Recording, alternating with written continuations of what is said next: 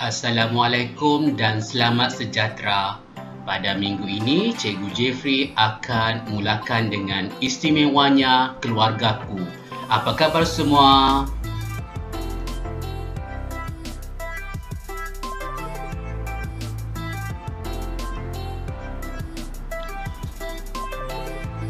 Pada minggu ini, unit 1 bakat istimewa. Tajuk Sayangi Keluarga.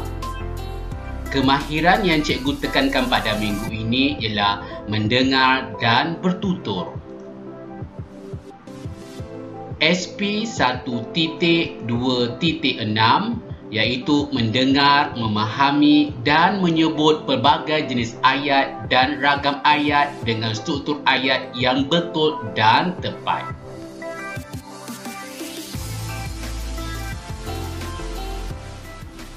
Objektif cikgu pada kali ini, pada akhir pengajaran dan pembelajaran di rumah, murid dapat menyebut ayat yang didengar dengan sebutan yang betul. Manakala kriteria kejayaan mengecam sebutan sekurang-kurangnya 2 ayat daripada 4 jenis ayat dan 1 daripada 2 ragam ayat dengan betulnya.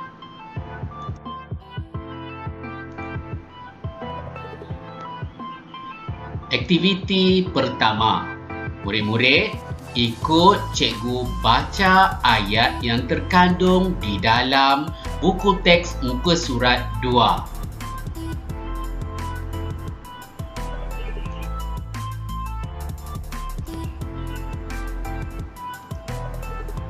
Baiklah murid-murid, mari kita baca dan anda diminta mengulangi ayat yang Cikgu Jeffrey sebut. Amar, tolong buka pintu. Ayah kamu sudah pulang.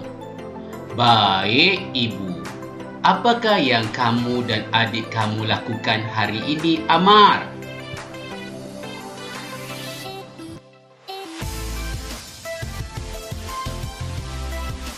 Situasi 2. Banyak aktiviti yang kami lakukan bersama-sama ayah. Kami membaca beberapa buah buku cerita. Adik juga saya ajar melukis. Adik telah melukis 2 keping gambar. Bagus, Amar. Masa lapang kamu perlu diisi dengan aktiviti yang bermanfaat. Bimbinglah adik kamu agar dapat mempelajari kemahiran yang berguna. Baiklah murid-murid, anda dikehendaki mengulangi dialog yang cikgu telah baca dan sebut tadi. Boleh murid-murid? Bagus.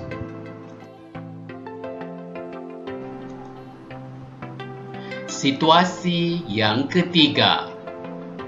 Murid dengar kemudian ulang ayat yang dibaca oleh cikgu. Ayah, lihatlah lukisan Irfan. Irfan sungguh pandai melukis, ayah. Wah, cantiknya.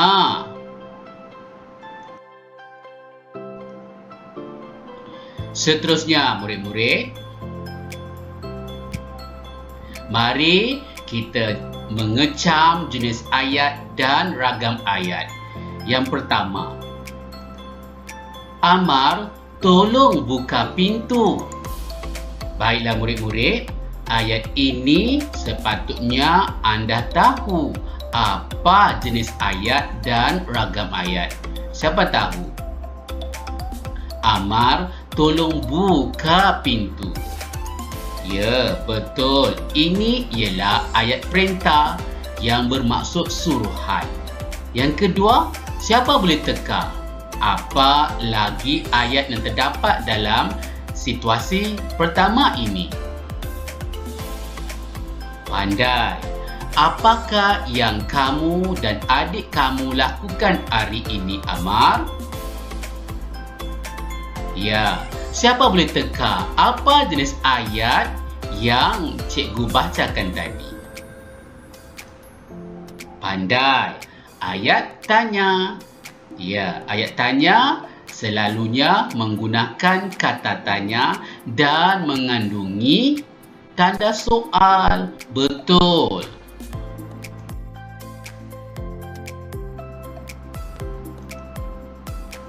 Mari kita mengenali yang pertama, ayat perintah.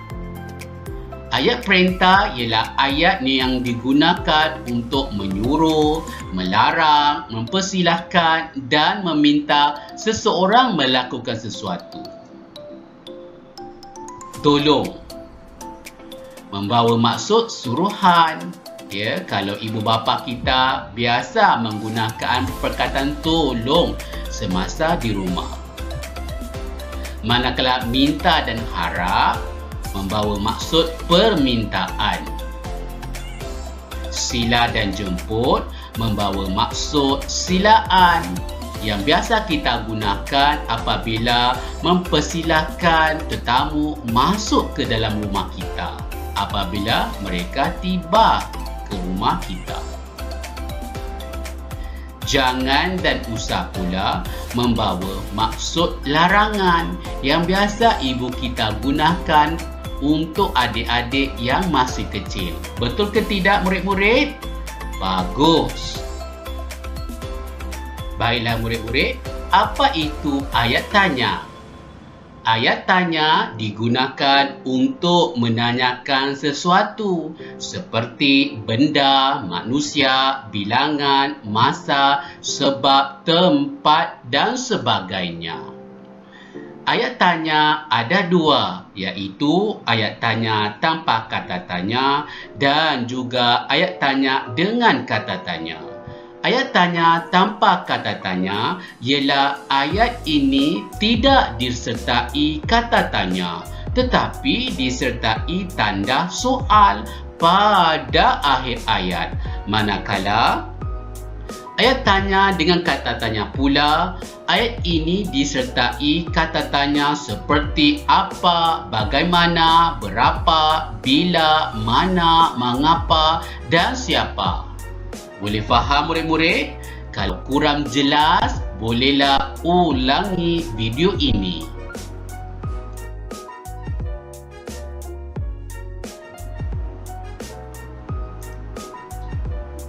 Baiklah murid-murid, kita pergi kepada situasi yang kedua, mengecam jenis ayat dan ragam ayat. Mari kita baca. Banyak aktiviti yang kami lakukan bersama-sama ayah. Boleh murid-murid teka? Ayat itu ayat apa? Ya, betul. Ayat itu ialah ayat pasif. Apa itu ayat pasif? Kita akan kenal selepas ini. Mari kita baca lagi jenis ayat yang terkandung dalam situasi dua ini. Kami membaca beberapa buah buku cerita. Baiklah murid-murid, siapa boleh meneka apa ayat itu? Betul, itu ialah ayat aktif. Baiklah murid-murid, mari kita kenal apa itu ayat aktif. Ayat aktif ialah ayat yang mengutamakan subjek sebagai pelaku dan objek sebagai penderita. Dalam ayat aktif, kata kerjanya ialah kata kerja transitif dan kata kerja tak transitif. Kata kerja transitif mesti diikuti dengan objek selepasnya, manakala kata kerja tak transitif tidak memerlukan objek selepasnya. Mari kita lihat contoh ayat aktif. Saya membasuh baju itu. Saya ialah pelaku, membasuh itu ialah kata kerja transitif, baju ialah sebagai objek ataupun penderita. Ayat yang kedua, burung elang itu menyambar ayam. Burung elang itu ialah sebagai subjek, predikatnya ialah menyambar, ayamnya ialah sebagai objek dan penderita. Murid-murid masih ingat lagi? Bagus. Murid-murid, Apa itu pula ayat pasif? Ayat pasif ialah ayat yang objek atau penderita dijadikan subjek dan pelaku dijadikan predikat. Kata kerja pasif digunakan dalam ayat pasif. Baiklah murid-murid, mari kita lihat contoh ayat pasif. Baju itu saya basuh. Di sini, baju dijadikan objek atau penderita. Saya sebagai pelaku, basuh itu ialah kata kerja pasif. Manakala contoh yang kedua, ayam disambar burung elang itu. Ayam ialah objek ataupun derita, disambar itu ialah kata kerja pasif, pelaku itu ialah burung elang itu. Ayat pasif dapat dibahagikan kepada 3 jenis, iaitu ayat pasif diri pertama, ayat pasif diri kedua dan ayat pasif diri yang ketiga. Mari kita lihat contoh ayat pasif diri yang pertama. Kasut itu saya basuh.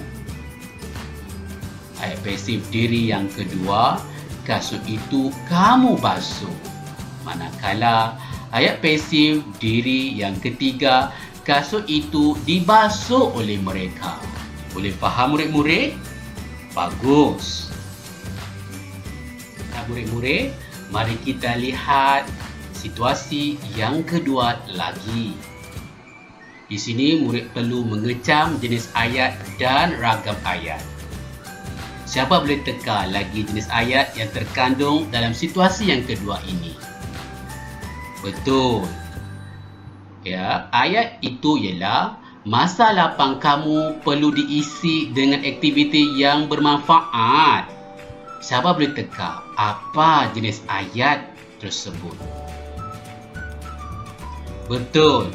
Itu ialah ayat pasif yang telah cikgu terangkan sebentar tadi.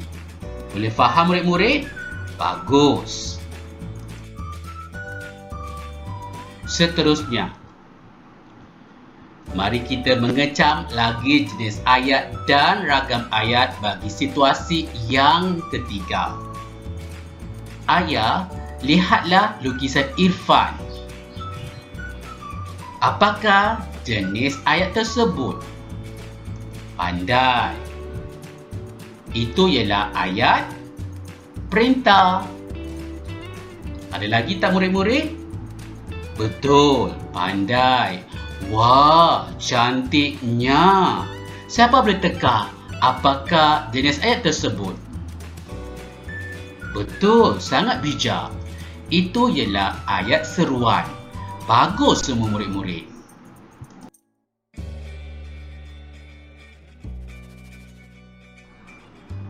Mari kita kenal apa itu ayat seruan. Ayat seruan digunakan untuk menyatakan perasaan seperti kagum, marah, kecewa, sakit dan sebagainya. Contoh ayat seruan tanpa kata seru. Tahniah atas kejayaan kamu. Syabas, keputusan ujian kamu cermelang. Manakala ayat seruan dengan kata seru, yang pertama, contohnya, cepatnya kamu sampai di sini. Hai, sudah lama kita tidak bertemu. Murid boleh melihat mengulangi slide ini untuk memahami apa itu ayat seruan. Boleh murid-murid? Bagus. Baiklah murid-murid, mari kita lihat latihan yang perlu murid lakukan. Kita lihat gambar di bawah. Murid-murid dikendaki membaca dialog dan mengecam jenis ayat yang terdapat di dalam latihan ini. Yang pertama, mari kita baca ayat dan dialog di dalam latihan ini. Pada suatu hari, Nabil bermain ukulele di dalam biliknya. Alunan muzik ukulelenya yang merdu didengari oleh anggota keluarganya yang lain. Nabil, bermain alat muzik apa Nana? Ukulele ayah. Tolong panggil dia kemari. Minta dia bersama-sama ukulelenya itu. Baik, Ayah. Ayah Nabil meminta Nabil memainkan ukulele di hadapannya. Permintaan itu ditunaikan oleh Nabil. Wah, kamu hebat, Nabil. Ya, Nabil, kamulah penghibur keluarga. Terima kasih. Oh, baiklah murid-murid. Yang kedua, murid perlu mengecam ayat-ayat yang terkandung di dalam latihan ini. Yang pertama, Nabil bermain ukulele di dalam biliknya. Yang kedua, alunan muzik ukulelenya yang merdu didengari oleh anggota keluarganya yang lain. Yang ketiga, Nabil bermain alat muzik apa, Nana? Yang keempat, tolong panggil dia kemari. Minta dia bawa bersama-sama ukulelenya. Yang kelima. Yang keenam, Ayah Nabil meminta Nabil memainkan ukulele di hadapannya. Wah, kamu hebat, Nabil. Baiklah murid-murid. Boleh setakat ini? Bagus.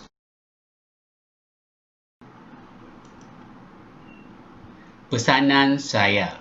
Yang pertama, salin semula jenis ayat di dalam buku tulis. Yang kedua, latihan boleh dicetak daripada Google Form dan tanpa di dalam buku tulis. Yang ketiga, apabila anda telah menyiapkan latihan, bolehlah hantar latihan tersebut kepada saya melalui WhatsApp. Terima kasih kerana sudi bersama dengan saya pada kali ini.